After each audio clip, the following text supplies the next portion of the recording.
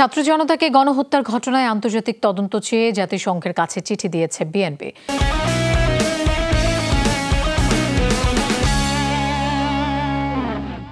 দুপুরে বাংলাদেশে জাতিসংঘের আবাসিক অফিসে এই চিঠি হস্তান্তর করেন বিএনপির স্থায়ী কমিটির সদস্য আমির খসরু মাহমুদ চৌধুরীর নেতৃত্বে একটি প্রতিনিধি দল।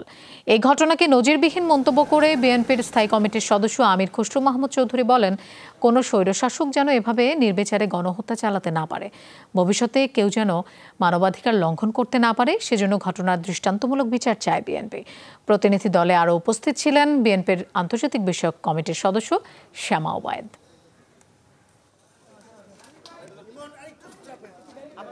আমরা জাতিকে কলঙ্কমুক্ত করার জন্য এই ধরনের একটা পরিচ্ছন্ন, একটি নিরপেক্ষ, গ্রহণযোগ্য একটা তদন্তের কথা বলেছি, জাতিসংঘকে অনুরোধ করেছি। আমরা ইন্টেরিয়াম গভর্নমেন্টকেও অনুরোধ করেছি জাতিসংঘকে বলার জন্য।